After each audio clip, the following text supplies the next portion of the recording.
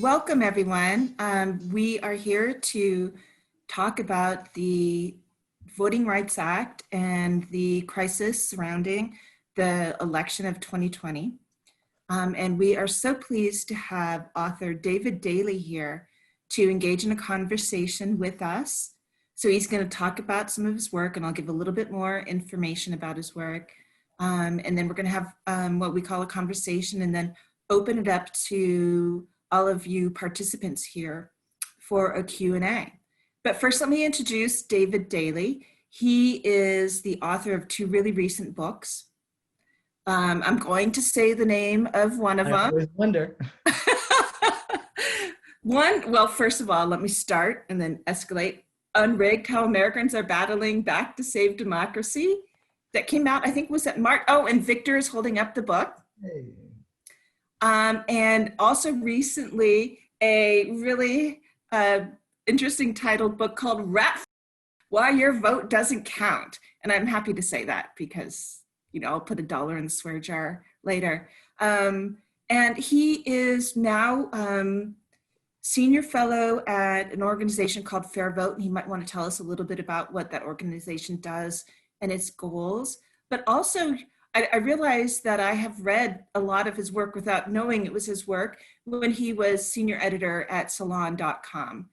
So he's someone who cares very much about voting rights, gerrymandering, all things that are timely and salient to what we're all experiencing in these days, and especially in the countdown for the next couple of weeks. And as in our chat earlier, probably longer than the next 2 weeks. So thank you so much for joining us. And I also want to thank Professor Victor Peskin for organizing this event and convincing Mr. Daley to join us. We're thrilled to have you here and to have you hear about, and have us hear about your perspectives, because you probably are inside knowledge about all the different aspects of voting rights, voter suppression, and gerrymandering. So without further ado, thank you, welcome, and let's hear your discussion. All right, thank you, Valerie. Thank you, Victor. Really a pleasure to be with you. Wish we could do it in person. Hope you all are holding up well in the middle of all of this, that you're safe and healthy, staying sane as we approach these last 13 days of a really important election. Let me start just by positing a scenario that I think a lot of serious scholars have worried about. If this election is as close as the last one, and if the same 3 states are as pivotal as they were in 2016, and you know, it's just after 11 p.m. on election night, and Fox News cuts live to President Trump's re-election party, and there's millions of ballots still to be counted in the swing states of Michigan and Pennsylvania and Wisconsin, but the president claims victory based on the early tabulations from in-person voting. And we must go with the election night results, he tells a cheering crowd of Republicans sporting their MAGA caps and only a smattering of face masks. This is the only honest count, he says, insisting, as he has countless times over the last year, that mail-in and absentee ballots are fraudulent and corrupt. And he announces that his legal team will demand an end to counting fake ballots the following morning in courthouses nationwide. Trump re-elected, the Fox News chyron obligingly blares. Democrats urge patience as these key 3 swing states continue the torturous tally, but the constitutional system strains and bursts. In Michigan and Pennsylvania, it's clear that mail-in ballots have tipped the states blue. Wisconsin's conservative state Supreme Court, however, stops its count. As lawyers battle and time goes on, the electoral college deadlines approach, the state's Republican-dominated legislature makes clear that if necessary, they'll use the constitutional authority reaffirmed in Bush versus Gore and appoint a slate of Republican electors to the Electoral College. It's a completely foreseeable outcome and an entirely preventable one if Michigan, Pennsylvania, and Wisconsin's state legislatures simply join the other 40 states that allow election administrators to begin preparing their mail-in ballots on receipt or simply prior to Election Day. So much uncertainty, to say nothing of an epic constitutional battle, could be avoided if these states chose to. They have not chosen to. And what I want to do is suggest that this is a choice.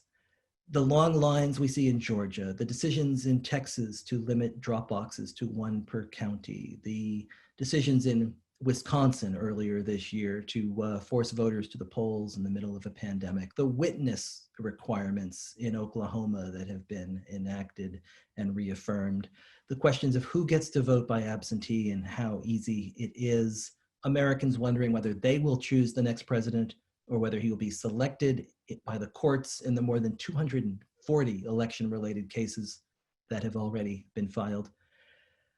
Or will that president be selected by gerrymandered state legislatures? There are reasonable scenarios in which the results are delayed days or weeks, perhaps up against those electoral college deadlines that put extra urgency and pressure on the situation. Now, I think it's really important to back up and see all of this with a long lens, that there have been variations and extensions on a theme that go back at least 150 years, if not to the very founding of the nation, the creation of undemocratic measures and laws and purges and obstructions and literacy tests that have prevented some Americans from having a say in their nation.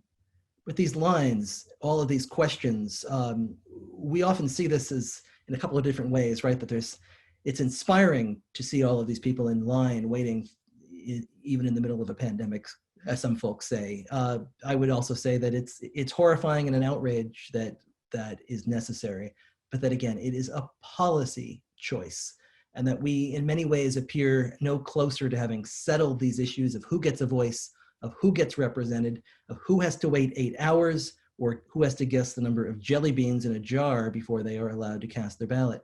That race remains closely at the heart of this ongoing battle over whose voice counts in this nation. What I would say if we were trying to zoom in on this current moment, however, is that the story of how these legislatures and dozens like them throughout the country are ignoring the alarming enclosure of voting rights from on high, that this has become the story of our modern politics. I'd say it's involved very closely in the rise of Donald Trump, that this is a saga that stretches back at least as far as 2006 in this current incarnation, as enterprising conservative operatives, not outsiders, but the establishment itself, began experimenting with new high-tech ways to marginalize and disenfranchise key constituencies of voters that were starting to emerge by the election of Barack Obama in 2008 as the building blocks of a new and enduring democratic coalition. It involves the militant weaponization of a landmark Supreme Court decision, essentially rescinding the most substantive provisions of the 1965 Voting Rights Act.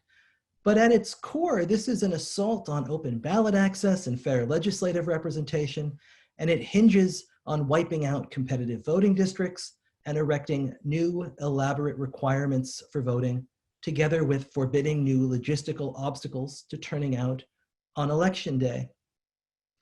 You see this in the president's Twitter feed almost every day over the course of these last 8 months.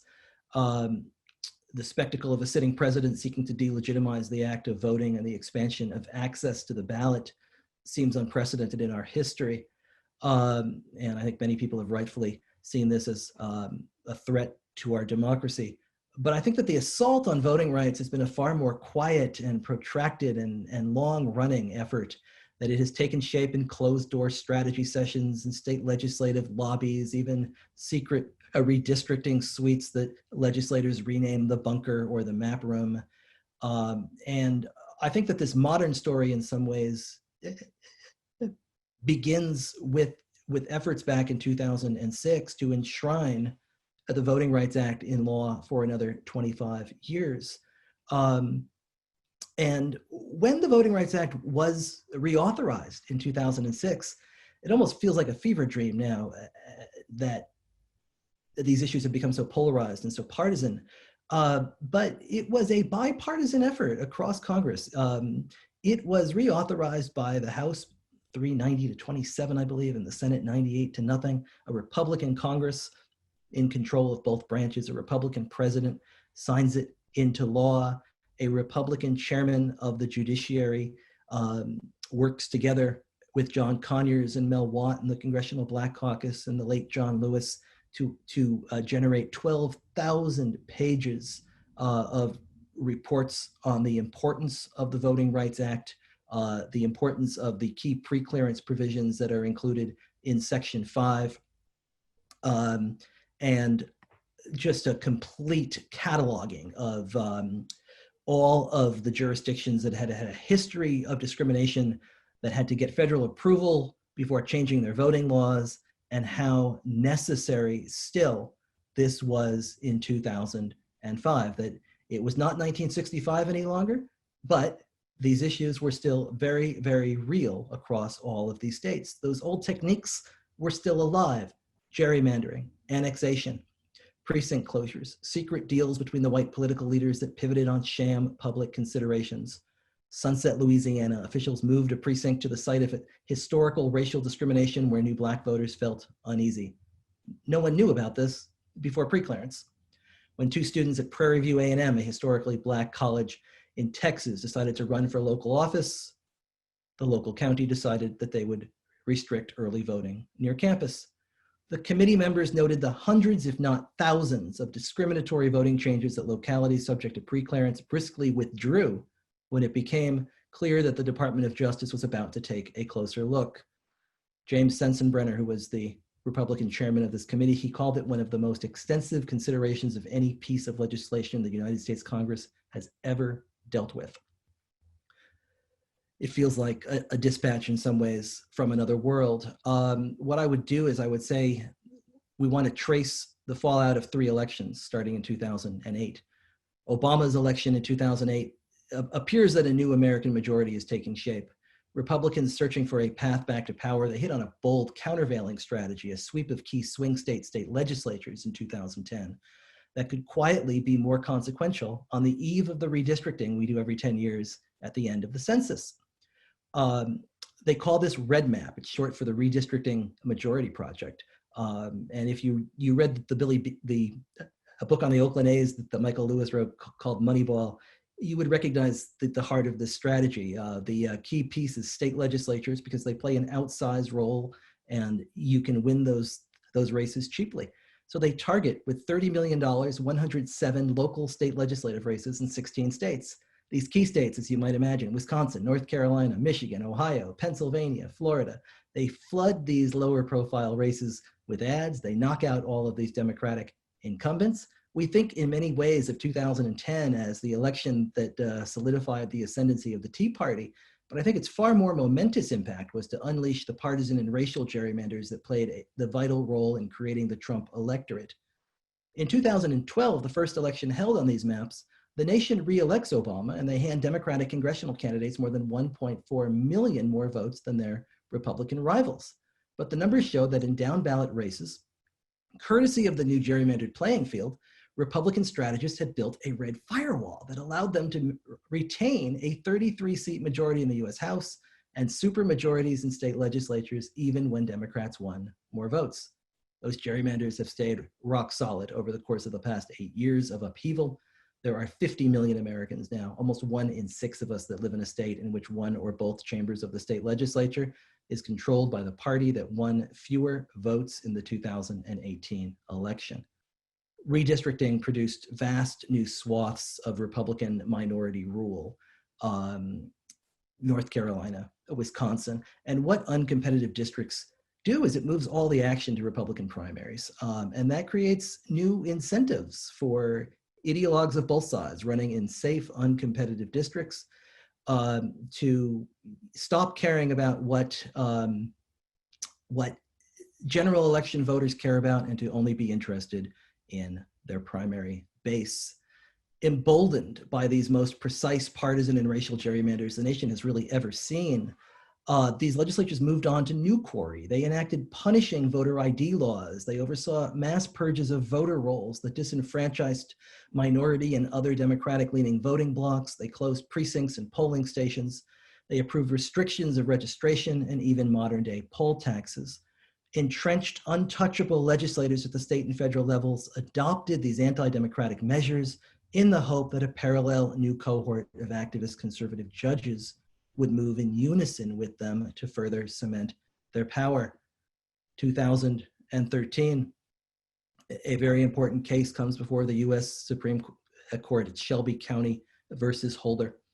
And this has to do with the redrawing of city council maps in the small town of Calera, Alabama. A black counselor is elected in Calera. It's the first time in many decades, and Calera responds by deciding that they will redistrict all of the council districts. They do so, and the black counselor loses.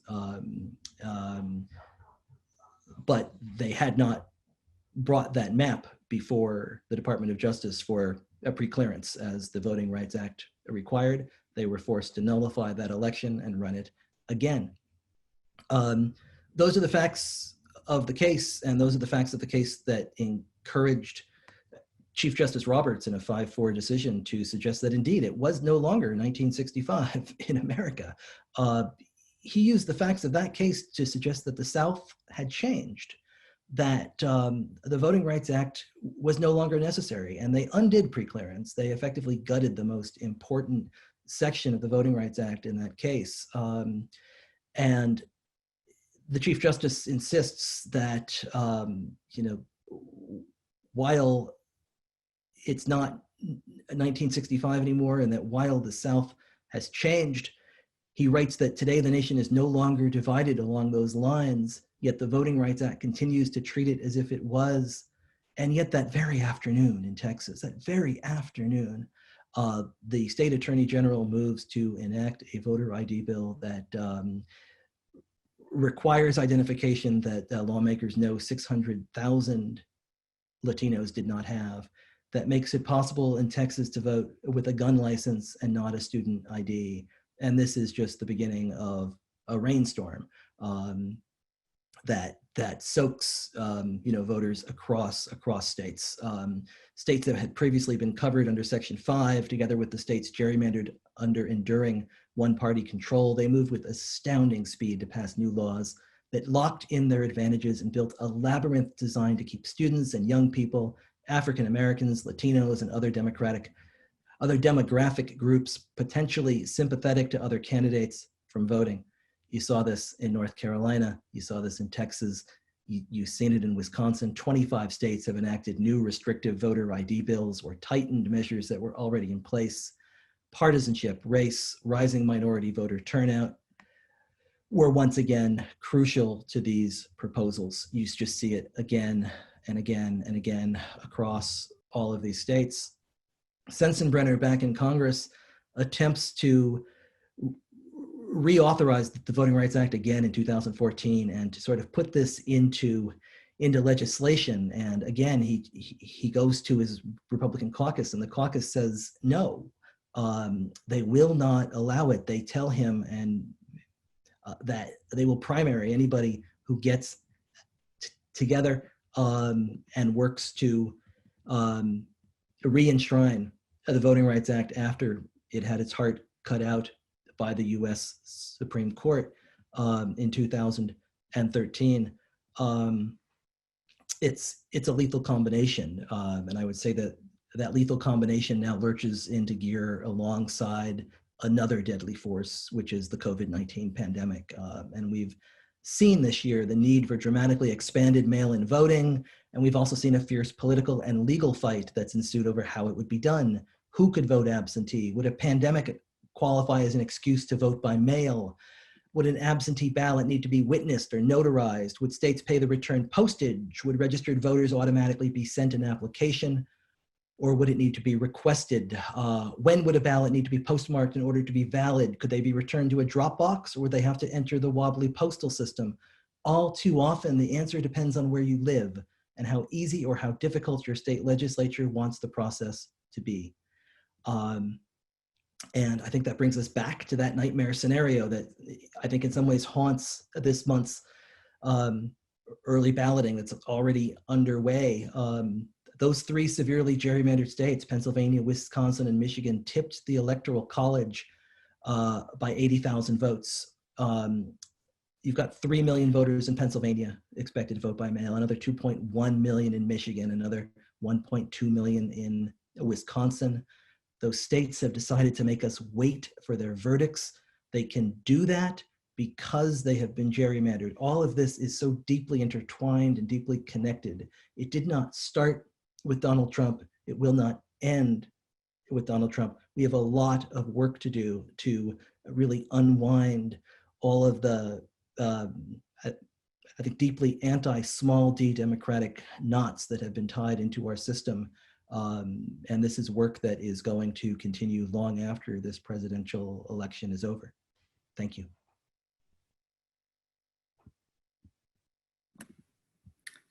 Thank you, David. I think that was just a terrific, concise, but really informative history of the Voting Rights Act over the last few decades and why we should care about it now and going into the future. So I am pleased to see we have sometimes 100, sometimes 99 participants here, and we're going to open that up to Q&A. But I just wanted to, in the spirit of what this was supposed to be, a discussion, I wanted to pose a couple of questions with you to maybe somewhat unpack some of those questions and maybe relate it to people in our audience, many of whom are students, many of whom are residents of Arizona, and many of whom, like myself, even though I studied political science, didn't really understand the impact of the Voting Rights Act. I always thought everything, the heart of all the civil rights legislation or movement was either from the court or from the 64 Civil Rights Act. And I think we just kind of took for granted the 65 Voting Rights Act. So I might come as a surprise to some of our participants that Arizona was covered under the Voting Rights Act. So was New York. It was not just the southern Confederate states that were part of it, but Arizona was too. And I think we saw over the last few years the impact of that on our elections. Would you like to talk a little bit about that, or? Sure. Yeah. Yeah, I think the Voting Rights Act is important nationwide. And you had 16 states and various localities that were covered under Section 5 under preclearance that had to take anything that they did, any changes, and run them past the DOJ or a federal court in Washington. And that included, as you might imagine, some of the Southern Confederacy states, but it also included Arizona, which has had a troubled history with Native American voters, Latino voters. It included Alaska. It included parts of New York, parts of Michigan. So, this is not always a question of partisanship. It's oftentimes a question of race, a question of power. And the Voting Rights Act has been, a necessary protective shield that has prevented a lot of harm. In her famous dissent in the Shelby County case, Justice Ginsburg referred to it as, you don't throw away your umbrella in a rainstorm because it's working. And the Voting Rights Act was this umbrella that did not protect everything. It wasn't perfect. It did not create, a halcyon era of golden voting rights, but it prevented the worst excesses. It made local officials stop and think twice before doing things that clearly the 12,000 pages that the Judiciary Committee gathered in 2006 showed were still at the heart and soul of our democracy, and that people were still willing to engage in. And 2016 was the first election we've run in modern times without the protections of the Voting Rights Act, the first presidential election. And it has clearly made a difference. And it matters greatly, I think, to young people, to Native Americans, to minority voters and communities of color of all kinds around the nation. Yeah, I remember that. I think the first real election that I thought about after the Shelby case, and that's when I honestly, it took till the Shelby case for me to really think deeply about that case and why it came about, and have some follow-up questions about that. But my students said that they waited for the first time in hours long lines to vote in a primary because the state of Arizona dropped the number of ballot options and voting places. I don't know the exact statistics, but dramatically. If the voting rights and that provision and everything, it's just one part of the law, but it's the heart of the law, was still intact, the state of Arizona would have to have asked the Department of Justice for pre-clearance on that. And they probably would have said, you're going to disenfranchise some people with this. And it surely did. And so I talked to my students and I said, so what's the recourse? Like, well, you can go to court and say you were disenfranchised. I'm like, yeah, but that's after the election, right? So I don't know if you have thoughts on that. No, I think you're exactly right. That is what the Voting Rights Act stopped. And when Shelby County comes down, Texas that very afternoon enacts this punishing voter ID bill that made it possible to vote with a gun license, but not a student ID. That very same week, Mississippi and Alabama, and I believe Tennessee as well, enact new laws. In North Carolina, legislators were waiting for the court's decision, and when it went the way it did, they had two bills ready. They had what they call a voter ID bill ready in case the Voting Rights Act was upheld, and they had a monster bill that was ready if it was knocked down. And the lawmakers were quoted as saying, now we can go with the monster. And it was, 6 times as long. And, it eliminated days of early voting. It eliminated early registration of 16 and 17-year-olds. It really did a number. There have been 32 million Americans purged from voting rolls in the years between 2014 and 2018, according to the Brennan Center at NYU.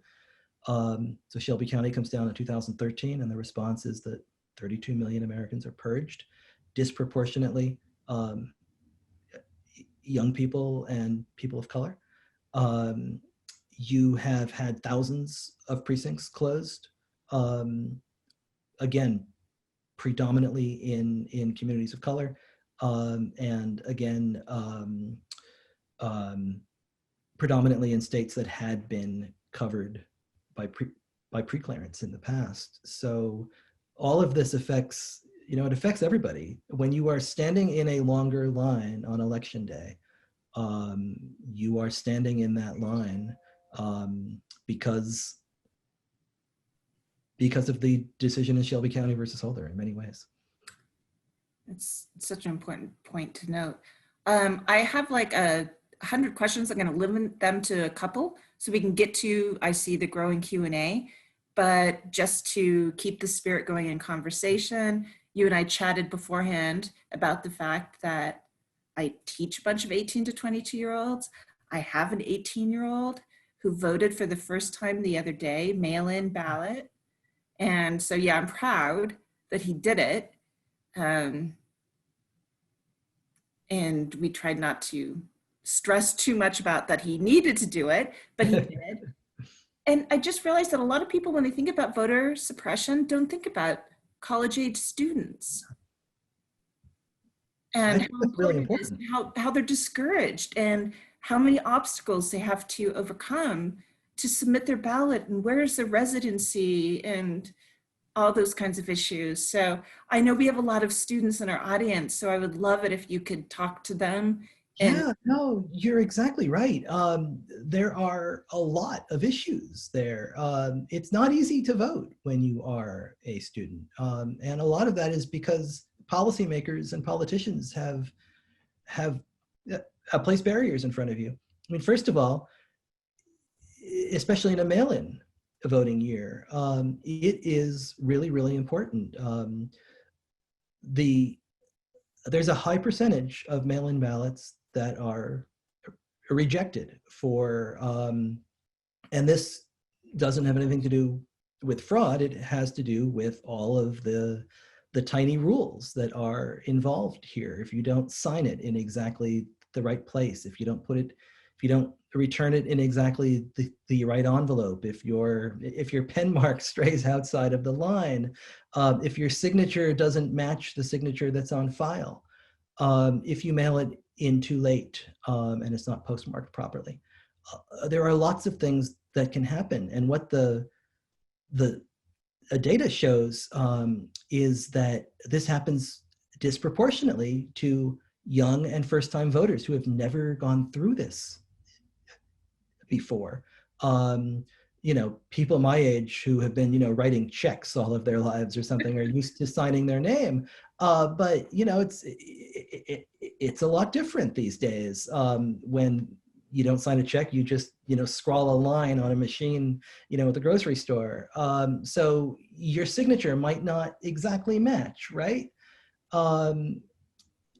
Do you have stamps? Do you have enough stamps? I mean, I can't recall the last time I put a stamp on a letter, you know, so if you're on a college campus, you know, all of that matters. But, you know, also it's, you know, it's questions of, are you allowed to vote from your campus address, or do you have to drive back across Arizona and vote from your parents' place? There are some states that say the first time you are registered to vote, you have to vote in person. And I imagine that that has a lot to do with stopping college kids from voting in university towns. Can you vote on campus, or do you have to go someplace wildly off campus? And if so, how are you going to get there? Do you have a car? Are you going to take a bus across town? That could take hours. There have been important cases on this in Florida. New Hampshire, they said, okay, if you want to register to vote here, that's fine. But you also, if you have a car, you have to register your car here and get your driver's license here, which means perhaps if you're on your parents' insurance, what does that mean? It could mean thousands of dollars, right? It could mean another day standing in line at the DMV to get a local license and a car registration. That's a poll tax in some ways. You know, it's an extra $150 if you're an 18-year-old college kid. Maybe you say, forget it, I'm going to vote back at home. And then maybe you don't vote at all. So there's a lot of barriers put in front of you as college kids. Absolutely. Well, thank you for that. I appreciate that. And I think pretty much many of our attendees will appreciate that. But one, I want to say, don't write a check at the grocery store anymore. No.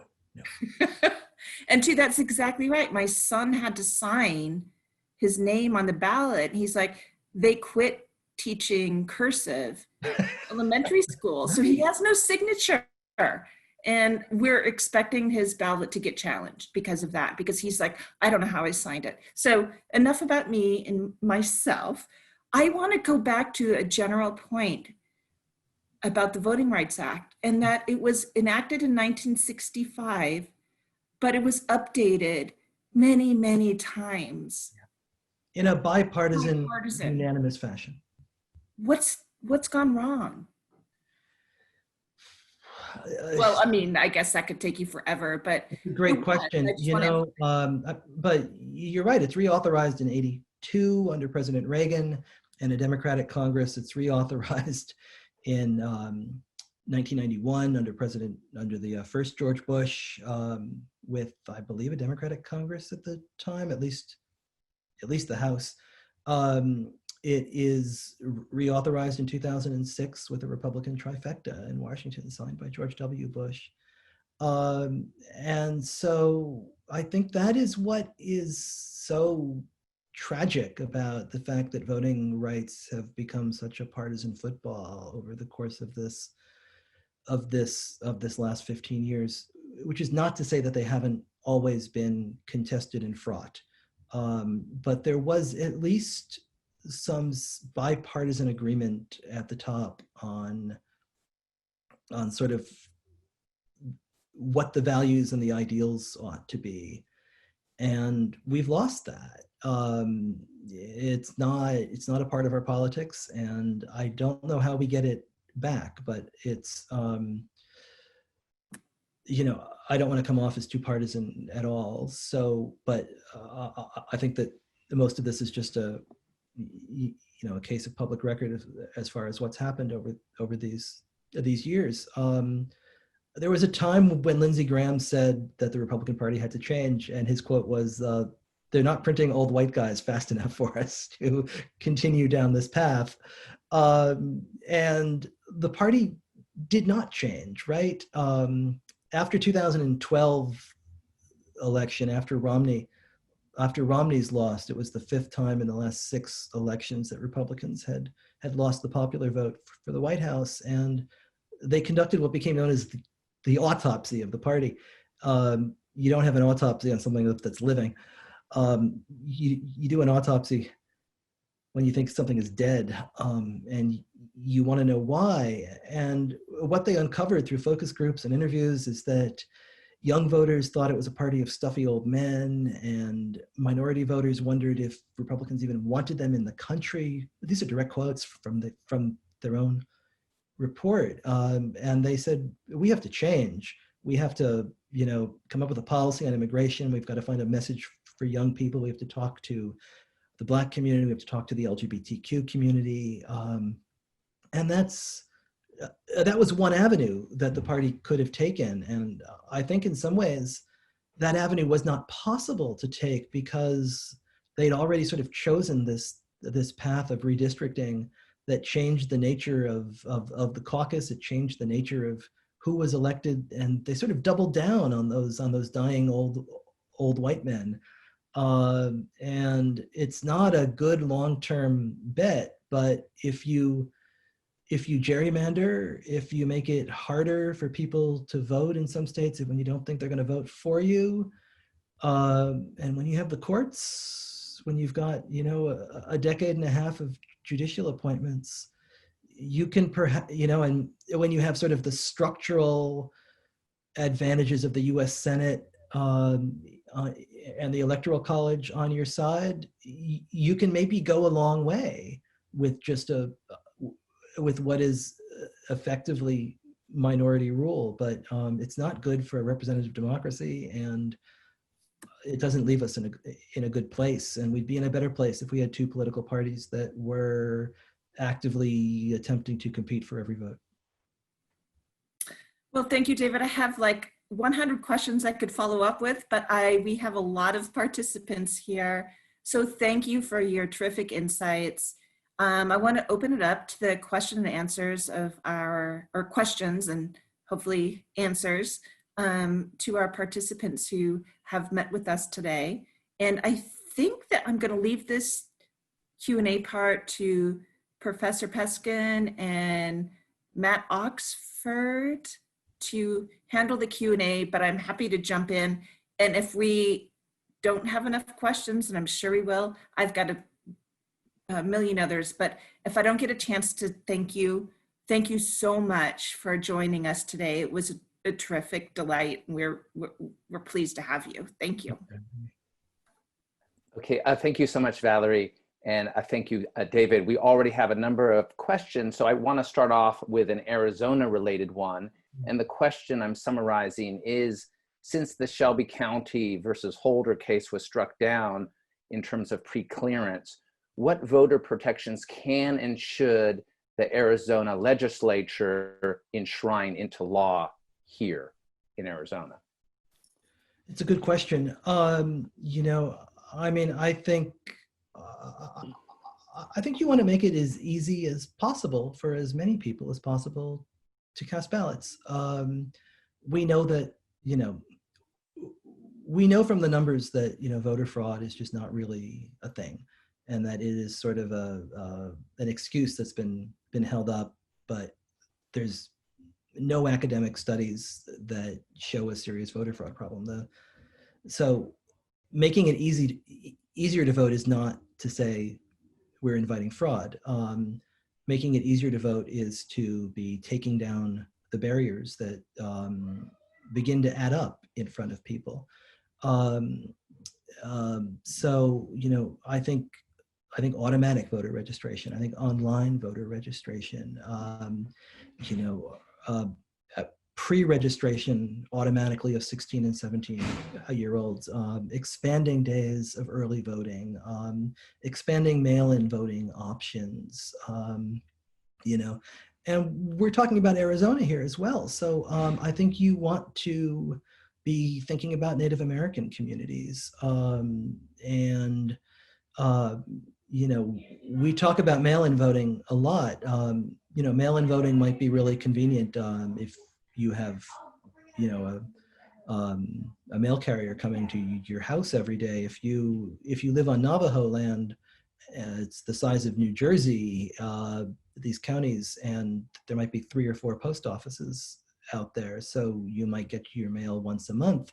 So, you know, mail-in voting simply doesn't work for you. It might be, you know, 90 miles away, and it might be a, you know, a 3-hour drive. And if you're a Native American elder, you might need to have somebody else bring that mail ballot back for you. You know, that's not ballot harvesting. That is ballot access for somebody who is older and lives far away from a post office. So, you know, that has to be protected as well. So I think those are, you know, all good places to start.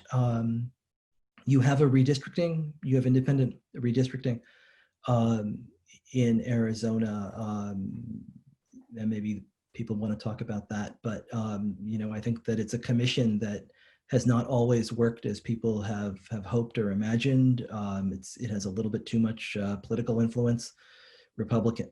Democrats think the Republicans gamed it in 2000. Republicans think the Democrats gamed it in 2010.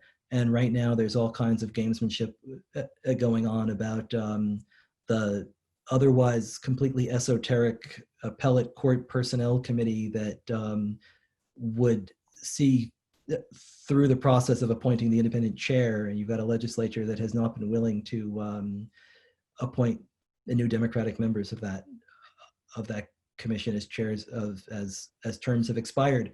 So there's a lot of transparency that it needs to go on among politicians of both sides out there. Okay, thank you so much for that detailed answer. Here's a question that relates to this allegation of voter fraud that I think is out in public, especially from the president's certain allegations. And the question is, when making the expansion of voting more accessible to many people, what can be done to protect against voter fraud is a question that we have here. So we have laws against voter fraud. They're on the books and they work because there simply hasn't been really voter fraud. You know, I mean, there's a terrific study that Justin Levitt of Cal Irvine did of every ballot that was cast between 2000 and 2012. And I think what they came up with was something like 24 cases out of all of the hundreds of millions, if not billions of ballots that were cast in that time. Some of the most outspoken allegations of voter fraud have come from a man named Hans von Spakovsky, who's at the Heritage Foundation. And he has a database of voter fraud convictions going back to 1979. And he's only got 1,400 things in this database. I mean, this is the guy who's made the most hay out of this over the longest period of time. And he hasn't got a lot of juice, you know, 1,400 votes in convictions and in 50 states over 40 years. That comes down to, I mean, how many elections, how many votes per year? Now look at what all of the measures we put in place to stop fraud and how many people those keep from voting. And it dwarfs it, you know. I mean, it's estimated that the voter ID bill in Texas that they put in after Shelby, it was enacted knowing that 600,000 Latinos in the state did not have the ID that was included. In North Carolina, when the legislators put theirs in place in 2013, they did specific research into the kinds of ID that Black voters were least likely to have, and then that's what they mandated. The efforts to stop voter fraud are really in some ways, suppression techniques themselves. And I think we ought to think about them that way. When there has been voter fraud, it's been caught, right? I mean, you think about North Carolina. North Carolina's 9th in 2018, the congressional election, where there was absentee ballot fraud, and it was caught fairly easily. It is not a particularly efficient way to steal an election. Okay, thanks so much again for that detailed answer. Here's a question about the Electoral College. And the question is, would getting rid of the Electoral College and replacing it with the popular vote help reduce the issues of voter suppression and the need for gerrymandering? So I think it's a two-part question there. First, the voter suppression, a piece of it, and then the gerrymandering. It's a good question. I'm not sure how. I'd have to think that one through. I think there are a lot of good arguments for getting rid of the Electoral College and moving towards a national popular vote. And you know, there's only a handful of states that matter every year. I mean, it must be nice to be in one of them right now. But I mean, Arizona hasn't been that way for a long time. So, you know, I think a national popular vote certainly would enfranchise everybody into believing that their vote for the one national office all of us share really mattered. The connection between the Electoral College and gerrymandering, I think it's intricate and it's complicated. And I worry that one of the things we might see is that more states might decide to follow the example of Maine and Nebraska and begin to try to allocate their electoral votes via congressional district, which would then make gerrymandering all the more powerful, right? I mean, you think about a state like, you know, take a state like Pennsylvania, which in 2012 went for Obama, but elected, because of gerrymandering, 13 Republicans and 5 Democrats to its legislature. You would have had more electoral college votes going to the person who lost the popular vote. I think the thing that gerrymandering and the Electoral College have in common that I'm not a fan of is winner take all. You know, so in a state like, you know, Pennsylvania could be within, you know, 500 votes, like Florida was in 2000, and all of the electoral votes go one way, you know, or the same thing in congressional districts. Gerrymandering matters so much more because of single member districts and winner take all. Okay, thank you so much. And here's a question from a student of mine about if you think that making election days national or state holidays might help. And I'd just like to add a piece of that in terms of, do you know of pretty much of examples from other countries in terms of holidays having a positive effect on voter turnout? I'm going to just interject here a little bit because I know that David has written about, what is it called, the ranked choice method, and maybe that relates to this question too, because I found that fascinating, didn't know about it until I was reading up on some of your work. I don't know if that's completely relevant, but if you could maybe interject that a little bit, I think our listeners and viewers would appreciate that. I would. Sure, happy to. I think I don't have a problem with making election day a holiday, but what I think is a better idea is just expanding the number of days that we do voting, expanding early voting. I mean, if you make election day a holiday, some people are still going to have to work, right? So how are they going to vote? It doesn't, if you make election day a holiday and the schools aren't in, the parents still have childcare. So it's not going to solve all of our problems to make election day a holiday. I think the problem is that we came up with the idea of a Tuesday election day in the middle of certain hours at a time when we were a different country, a smaller country. And now there are just many many more of us. And so one day and a handful of hours just doesn't work the way it did in 1802. So we ought to, think about how we modernize that. I think it'd be lovely to make it a holiday, but it would be more impactful to expand early voting over a series of days. As far as ranked choice, I think ranked choice is terrific as far as a method of voting when you have a number of candidates in a race. If you have more than 2 candidates in a race, it becomes much more difficult to have a winner with a majority. So you end up with these plurality winners, and then you have spoiler candidates, and you have all the parties trying to knock Kanye West and the Greens and the Libertarians off the ballot because they're afraid of spoilers. It would be far better to give people the option to put their choices in order. Go 1, 2, 3, and then you have an instant runoff. And that's how RCV works. If no one gets a majority in the first round, the last place person is eliminated, and the second choice votes come into play. So everybody gets more voice. You are allowed more people on the stage. They do it in Maine, and there's an important Senate race in Maine, right, that could tip the balance of control of the Senate. Susan Collins' seat. There's a Democrat running against her.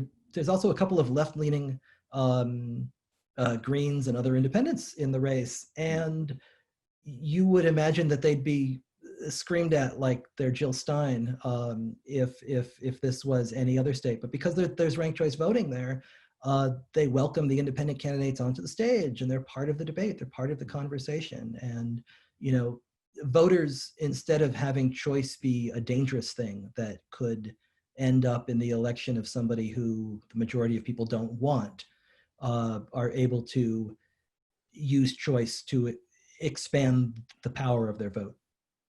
Great. Okay. I have a question that relates to the partisan dimension of a question of voter suppression. And the question is this, that since, according to the person asking the question, since most of the solutions to address voter suppression seem to benefit the Democratic Party, in the interest of finding an answer that Republicans will also buy into, are there any fair solutions that would have the result of benefiting Republicans at the ballot box? Is the question. I think that what these reforms do would be to reaffirm the concept of majority rule. And I think that's a good thing for Democrats and Republicans. When you look at things like partisan gerrymandering and the like,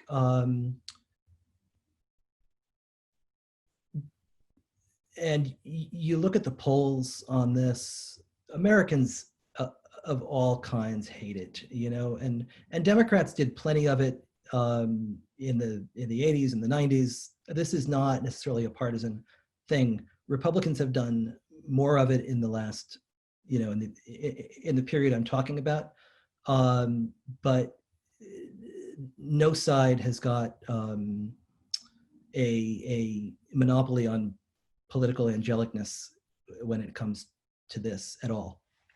But I think that Republicans have come to rely on this kind of rule rigging in a way that has become dangerous for the party and dangerous for the idea of representative democracy. And I think it would be better for the Republican Party long term if they backed away from some of those techniques and began instead to sort of follow their own advice from that autopsy in 2012, and to begin that process of campaigning everywhere for every vote. We desperately need that. And I think that there's a lot of people in the Republican Party who understand this and who are attempting to move away from it. I think that if the idea of more voting and earlier voting, I don't think it should be a partisan issue. And I don't think it would be a partisan issue if everybody approached elections with the idea of trying to reach and persuade and convince every voter. Okay, thank you so much. And now we have a question from one of our faculty members who wanted to ask about the potential backfire effect of voter suppression acts.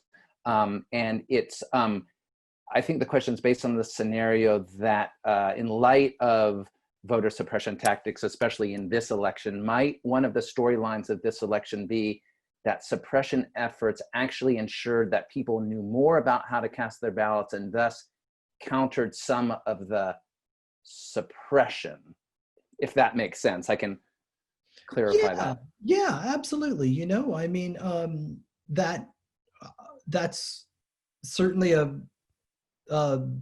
silver lining. That's certainly a silver lining in the dark cloud of voter suppression. I think that could certainly be the case. I think people this year are aware that they have to make a plan, right? And I hope everybody is, you know, making a plan to know how they're going to vote and to know how they're going to vote safely amidst a pandemic, amidst the uncertainty of mail delivery, amidst the uncertainty of court cases. And we're thinking about these issues, I think, in ways that we never necessarily had to before as an entire nation. Yeah, just one more quick question, then I'll hand it off to Valerie, and then we'll wrap up this really fascinating session. And that is in HB1, and that's the House bill that would reinvigorate the Voting Rights Act of 1965. Do you have anything that you would add to the bill not already in there, or take out something? Or is it perfect as it is? You know, it's a good bill. It does a lot of good things on campaign finance. It does a lot of good things on redistricting. You know, I think independent redistricting commissions are only as good as the criteria that they're given and the people who are placed on them, as you all have learned in Arizona, as the Democrats have figured out kind of how to game it in 2010, and the Republicans are working on it at this next time. I think that there's good stuff in there. I mean, I would love to see more ranked choice voting in HB1. I mean, I think the solution to solving the gerrymandering problem nationwide in many ways is not entirely independent commissions. It's larger multi-member districts that perhaps tied to a larger house, and using ranked choice voting to elect those folks, so that, you know, I'm in Massachusetts right now, and there's plenty of Republicans in Massachusetts, but Massachusetts has not elected a Republican to Congress since 1994. We've got a Republican governor, have had many of them, right? But because of single member districts and the way that they're drawn, it's a 9-0 delegation. And if you're a Republican here, you are out of luck and out of power and have no hope. Your vote doesn't matter, doesn't count. If you had larger districts, if you used ranked choice voting, if everybody was represented by several members of Congress instead of just one, you would have a couple Democrats from this district and a Republican. You'd have the return of New England Republicans. You might see more Democrats being elected from Oklahoma and Kansas and the South. And all of a sudden you begin to kind of see how Congress might have bridges being built again, instead of kind of pushing off into their extreme partisan silos. Great. Okay, a fascinating answer. And I'll just hand it off to Valerie, who will wrap up. And we thank you so much, David, for all your time and expertise sharing with us today. Valerie. Oh, you're on mute, Valerie. We can't hear you. Oh, I think she's going to unmute. So I think Valerie is on mute. Oh, now. I know that. I Zoom 3 times a week, so I should know that better. But sorry, I just want to thank you, Victor, for organizing this event, and especially you, David, for coming and sharing your expertise on this important, completely important and totally timely topic about voting rights and relevance to the people in our audience, students, citizens, and how important it is that we go out there and think about, you know, what's going to happen in the future for voting rights and voting access. And you've posed so many questions. I know we could talk with you for hours and hours and hours, but you were really gracious to give us this hour of your time today. And maybe Victor wants to hold up the books again. Here we go. One. Yeah. It's fun to say the name. And here we go, the other one. Both really great books. We're just delighted to have you here with us today. Thank you. It's a pleasure. I really appreciate it. Thank you for all of our attendees today for joining and sending terrific questions in for us. Thank you all. Thank you so much. Goodbye. Have a great day. Bye-bye.